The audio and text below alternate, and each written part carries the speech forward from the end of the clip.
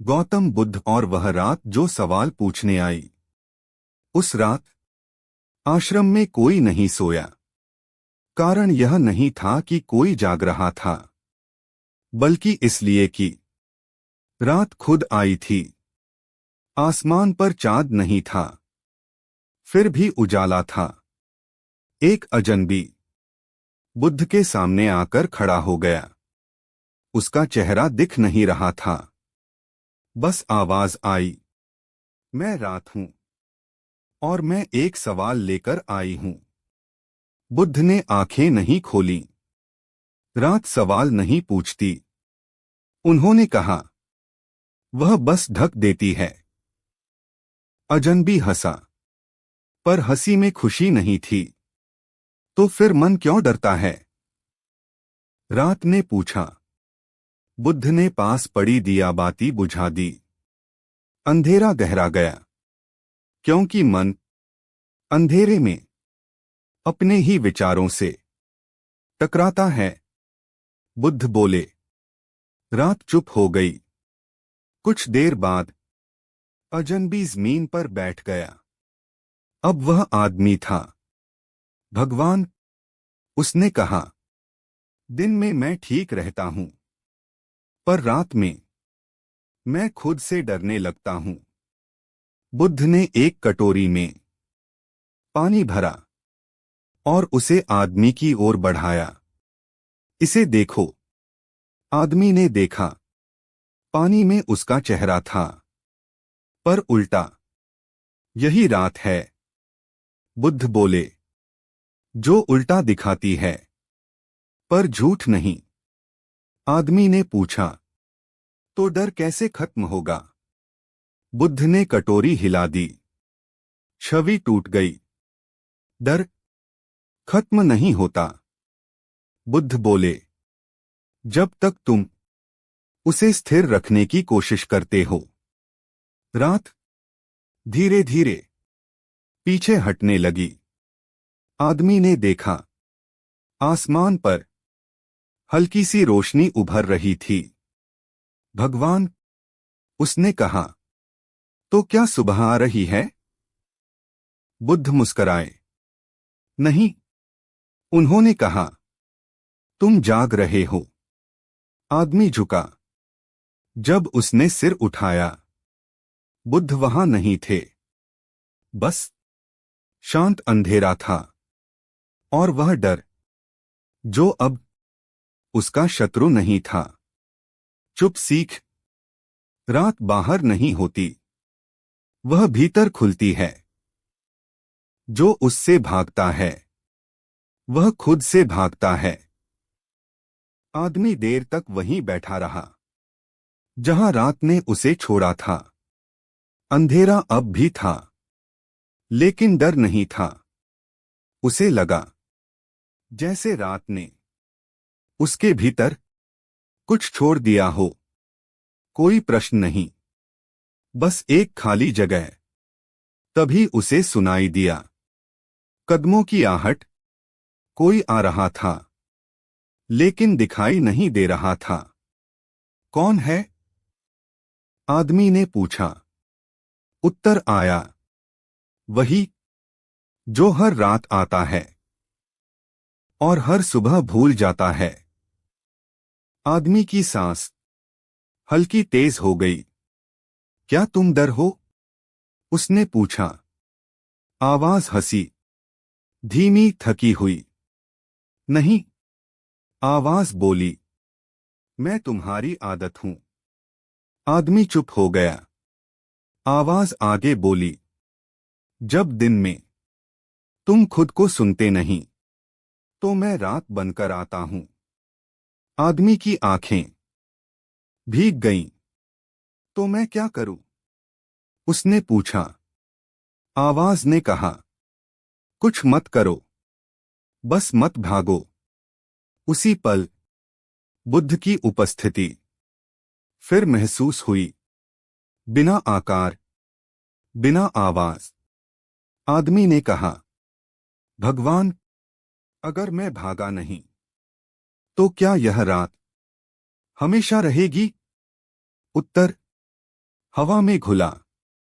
जो स्वीकार कर लिया जाए वह रात नहीं रहता।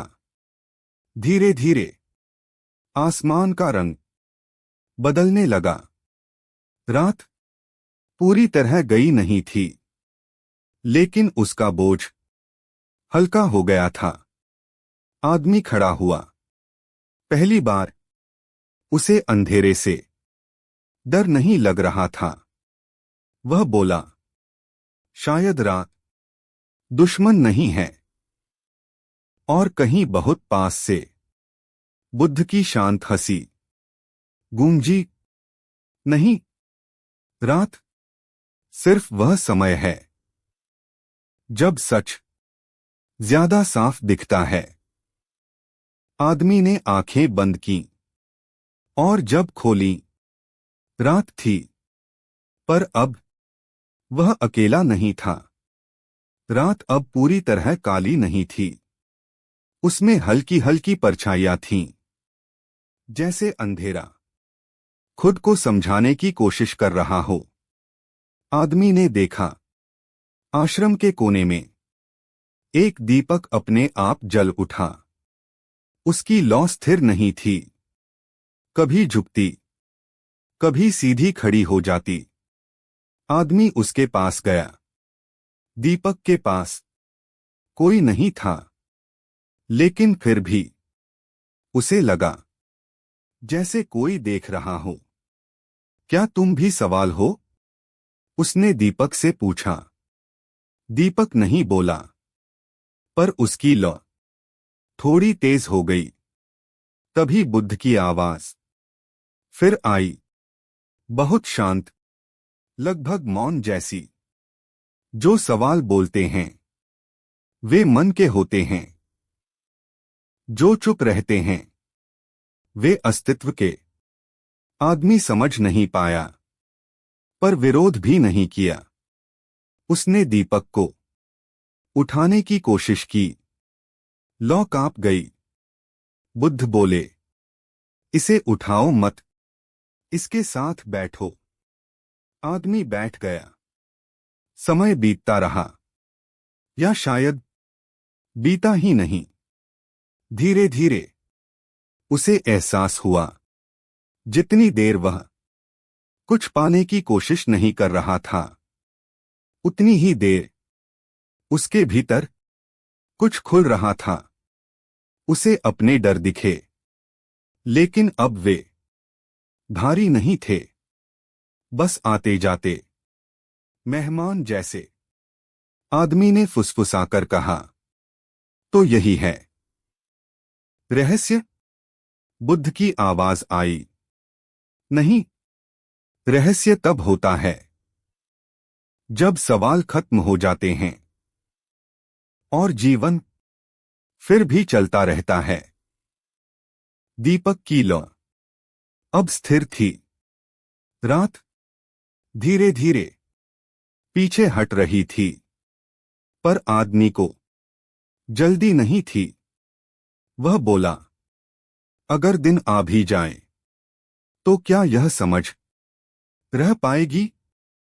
बुद्ध ने कहा, जो समझ रात में जन्म ले वह दिन से डरती नहीं। आदमी ने आंखें बंद कीं, और पहली बार रात ने उसे सुलाया नहीं, जगाया। जब आदमी की आंख खुली तो उसे समझ नहीं आया कि वह सोया था या जाग रहा था। आसपास रात अब भी थी, लेकिन उसका वजन नहीं था। दीपक अब भी जल रहा था, पर उसकी लौ मानो सांस ले रही हो। आदमी ने देखा, दीवार पर उसकी परछाई अलग तरह से हिल रही है, जैसे वह उसे बुला रही हो। क्या तुम मेरा डर हो? आदमी ने परछाई से पूछा। परछाई ने सिर हिलाया, ना, हाँ, ना, ना। तभी बुद्ध की उपस्थिति फिर महसूस हुई। इस बार आवाज नहीं आई, सिर्फ एक अनुभूति, कि कुछ देखा जा रहा है, पर कोई देखने वाला नहीं है। आदमी ने महसूस किया, विचार उठते हैं, पर कोई उन्हें पकड़ नहीं रहा। डर आता है, पर कोई डरने वाला नहीं है। यह समझ धीरे धीरे उसके भीतर उतरने लगी। वह फुसफुसाया, तो मैं कौन हूं? उत्तर फिर शब्दों में नहीं आया।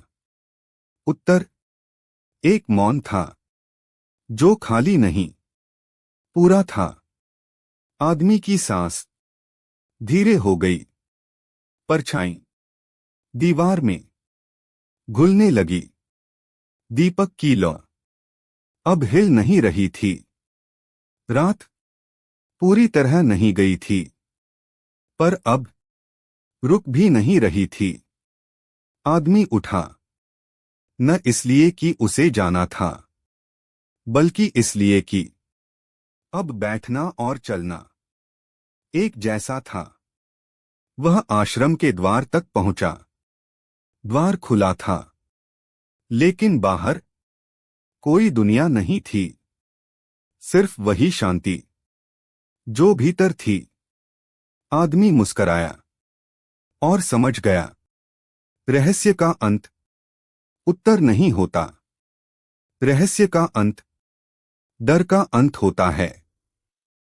द्वार पार करते ही आदमी को एहसास हुआ, वह कहीं जा नहीं रहा, बस हल्का हो रहा है। कदम जमीन पर पड़ते थे, पर आवाज नहीं करते थे।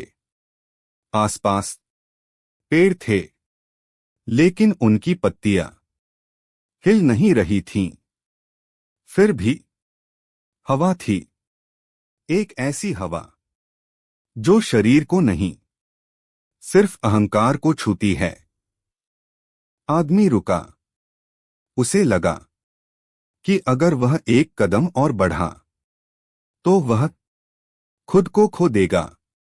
और उसी पल बुद्ध सामने थे।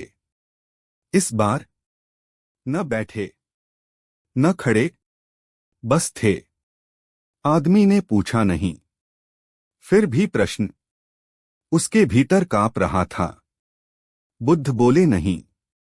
उन्होंने जमीन से एक सूखा पत्ता उठाया और हवा में छोड़ दिया।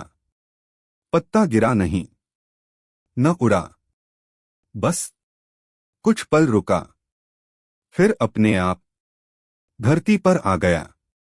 बुद्ध ने बहुत धीरे कहा, देखा, न गिरने की जल्दी, न उड़ने का घमंड। आदमी की आंखें भर आईं। वह समझ गया, वह जीवन से लड़ नहीं रहा था, बस उसे पकड़ रहा था। अब पकड़ ढीली पड़ रही थी। उसने सिर झुकाया। जब उसने फिर देखा, बुद्ध वहां नहीं थे, लेकिन उनकी कमी भी नहीं थी। पेड़ों की छाया अब डरावनी नहीं थी। रात अब रहस्य नहीं थी। वह मुस्कराया, क्योंकि उसने जान लिया, जिस दिन आदमी खुद से मिलने की कोशिश छोड़ देता है, उसी दिन वह खुद से मिल जाता है। आदमी चलता रहा। अब उसके कदम उसके नहीं लग रहे थे, जैसे जीवन खुद चल रहा हो और वह बस साथ साथ बह रहा हो। रास्ते में एक छोटा सा तालाब आया। पानी बिल्कुल शांत था, इतना कि उसमें आकाश नहीं, मौन दिख रहा था। आदमी झुका और पानी में देखा। पहली बार उसे अपना चेहरा नहीं दिखा, न आंखें, न नाम, न कहानी, बस एक हल्की सी उपस्थिति। वह घबरा गया। पीछे मुड़कर बुद्ध को ढूंढा। कोई नहीं था, लेकिन उसी क्षण तालाब की सतह हल्की सी कांपी और बुद्ध की आवाज न भीतर से न बाहर से, बीच से आई। डरो मत, चेहरा दिखना पहचान है, चेहरा न दिखना मुक्ति। आदमी की सांस अटक गई। उसने कहा, अगर मैं नहीं हूं तो जो डर रहा है वह कौन है? उत्तर तुरंत नहीं आया। तालाब में एक पत्ता गिरा, लहर बनी, लहर खत्म हुई और उसी के साथ डर भी। बुद्ध बोले, डर हमेशा आने जाने वाला है, पर जो उसे देखता है वह कभी आता जाता नहीं। आदमी सीधा खड़ा हुआ। अब उसके भीतर कुछ भी थामने को नहीं था। ना सवाल, ना जवाब, सिर्फ एक खुलापन जिसमें सब कुछ अपने आप ठीक था। वह मुस्कराया, क्योंकि अब उसे समझ आ गया था, रहस्य कोई गुप्त बात नहीं। रहस्य यह है कि जीवन बिना कारण भी पूरा हो सकता है। तालाब अब भी वहीं था, रात अब भी थी, लेकिन आदमी अब खोज में नहीं था। आदमी अब तालाब के किनारे न खड़ा था, न बैठा। वह रुका हुआ था, पर रुकना भी अब कोई प्रयास नहीं था। उसने देखा, पानी में उठती हर लहर उसके भीतर उठती किसी पुरानी आदत जैसी थी। सोचने की आदत, समझने की आदत, खुद को पकड़ने की आदत। हर लहर कुछ कहती थी और चुपचाप खत्म हो जाती थी। तभी उसे एहसास हुआ, वह अब लहरों को रोक नहीं रहा था, न पकड़ रहा था, न छोड़ रहा था, बस देख रहा था। और पहली बार देखना किसी देखने वाले के बिना हो रहा था। उसके भीतर एक हल्की सी हंसी उठी, बिना वजह, बिना कारण। उसी हंसी में बुद्ध फिर प्रकट हुए। इस बार वे सामने नहीं थे, वे हर तरफ थे। बुद्ध बोले, जब हंसी बिना कारण आ जाए, समझ लेना मन विदा ले चुका है। आदमी ने पूछा नहीं, पर भीतर एक अंतिम डर कांपा। क्या मैं वापस पुराना नहीं बन जाऊंगा? बुद्ध की आवाज बहुत कोमल थी। लौटना भी अब समस्या नहीं होगी, क्योंकि अब तुम जानते हो कि तुम कभी गए ही नहीं थे। हवा चली, पेड़ों की पत्तियां हिली। रात ने अपने रहस्य समेटने शुरू किए, लेकिन आदमी को अब रहस्य चाहिए भी नहीं थे। वह उठा, जहां जाएगा वहां जीवन होगा, जहां रुकेगा वहां शांति, और जहां कुछ भी नहीं होगा वहां भी कुछ अधूरा नहीं होगा। आदमी ने एक कदम बढ़ाया। यह कदम किसी रास्ते पर नहीं पड़ा, बल्कि अभी पर पड़ा। उसे एहसास हुआ, समय अब घड़ी जैसा नहीं रहा, न आगे न पीछे, बस फैलाव। उसने अपने भीतर देखा, वहां कोई आवाज नहीं थी, फिर भी सब कुछ सुना जा रहा था। पक्षियों की चहचहाहट नहीं, उनके बीच का मौन, हवा की सरसराहट नहीं, उसके पहले का ठहराव। उसी ठहराव में बुद्ध की अंतिम उपस्थिति उभरी। वे बोले नहीं। उन्होंने अपनी हथेली खोली। हथेली खाली थी। आदमी ने सोचा, यही अंतिम शिक्षा होगी। पर बुद्ध ने हथेली बंद कर ली और बहुत धीरे कहा, खालीपन भी जब पकड़ा जाए तो बोझ बन जाता है। आदमी ने आंखें बंद की। इस बार किसी अनुभव को सहेजने के लिए नहीं, बल्कि छूटने के लिए। और कुछ छूटा नहीं, क्योंकि अब पकड़ में कुछ था ही नहीं। जब उसने आंखें खोलीं, बुद्ध वहां नहीं थे। आश्रम नहीं था। रात नहीं थी। तालाब नहीं था। लेकिन डर भी नहीं था।